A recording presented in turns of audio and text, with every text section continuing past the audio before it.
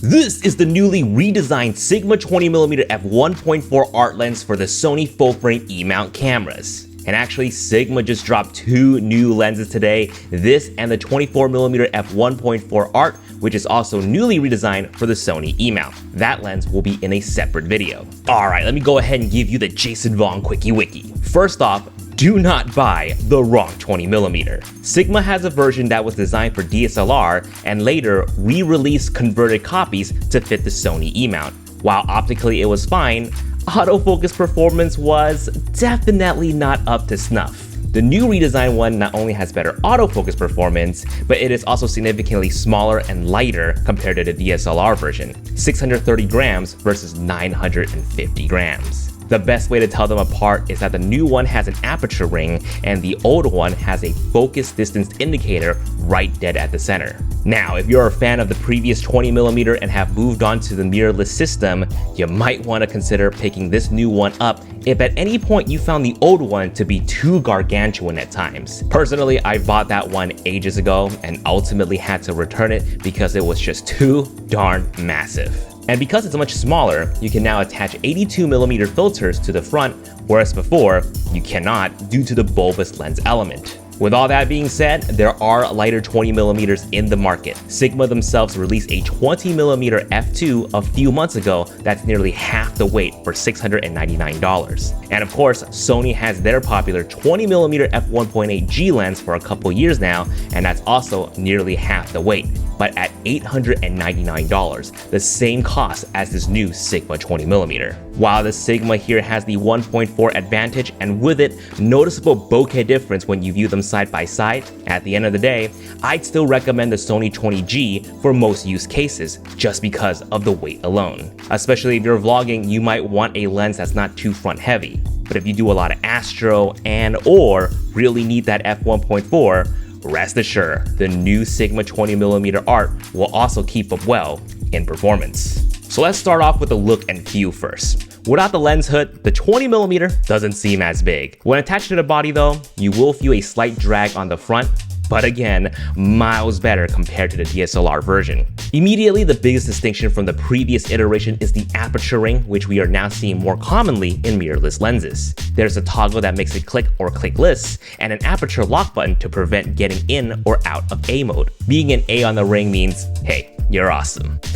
Not really, it just means you would have to control the aperture on the dial with your camera body. We have an autofocus manual focus toggle and a focus hold button, which again are very common nowadays, but what's new that Sigma is including is this manual focus lock toggle. Now this is particularly helpful when you need to switch to manual and lock focus. Putting MFL on lock prevents accidental nudges to the focus ring, risking a shift in focus. Particularly useful for astro if you accidentally bump into your camera in the dark. A new and welcome design to this lens is the ability to take 82mm filters in the front, and also Sigma includes a choice if you rather use rear filters instead. A rear filter cutout template is included. Now for my gimbal operators, because of that front heft, you will want to use a stronger gimbal like the Zhiyun Weebill 3 or the DJI RS3. A small one like the Crane M3 is completely out of the question. I repeat, out of the question. Now let's talk performance. Starting off with my famous Jason Vong video autofocus test, we got two A7 IVs and we're using the Sony 20G f1.8 as our base and control test lens. Now both lenses rack focuses smoothly and gradually, no stuttering, no awkward hiccups like we've seen from the DSLR converted art lenses in the past. And keep in mind, the Sigma is also at f1.4. Very impressive. Plus, they both autofocus very silently as well. Doing my one and only running exercise of the year, I will say the Sony 20G did a far better job keeping me in focus at farther distance. As I got too close to the setup and had to pull back really quickly, you can see that the 20G kept up flawlessly thanks to its extreme dynamic linear motor technology. When stopping down the Sigma to f1.8, the Sony still has the slight edge. With that said, the Sigma is not bad at all. In fact, this is going to be very acceptable video autofocus performance for most creators. Moving on to manual focus. The Sony G is quite sensitive, but has very fine control if you need to do any sort of manual rack focusing.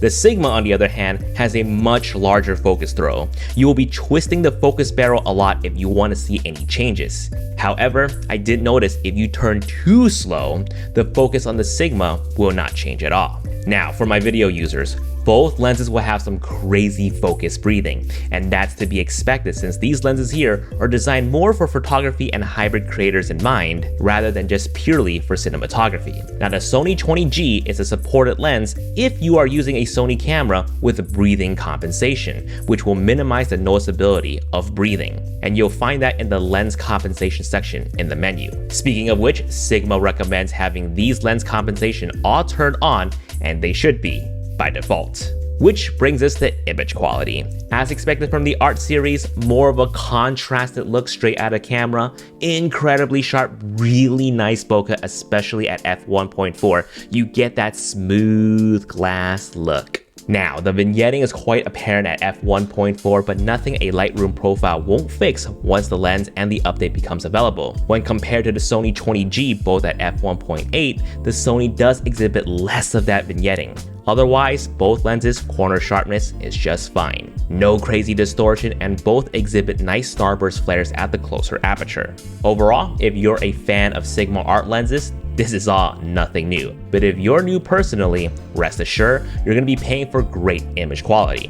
Which brings us to price. The new Sigma Art 20mm f1.4 will be $899 US and will be available late August 2022. The price is pretty right up there with their usual art lenses. With that said, it is the same cost as the Sony 20mm f1.8G lens, and as stated at the beginning of the video, the lightness of the Sony 20G is what I would recommend for most people, especially for vloggers. But if you really don't mind the weight and have a huge need for that f1.4, well then, the Sigma 20mm art for the same price will likely get you further in your own use case. Enjoy it.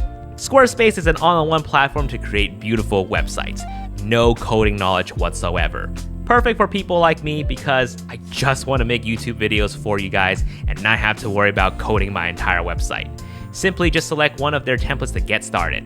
Every aspect is easily customizable with their drag and drop feature. Whether you're in need of a portfolio, an e-commerce store, or even a simple blog, design it with SquareSpace. Use my link down below to test it out, and when you're ready to launch your first website or domain, use my code JasonVong to save 10% off. Guys, thank you so much for watching. I'll see you guys in the next video. Peace!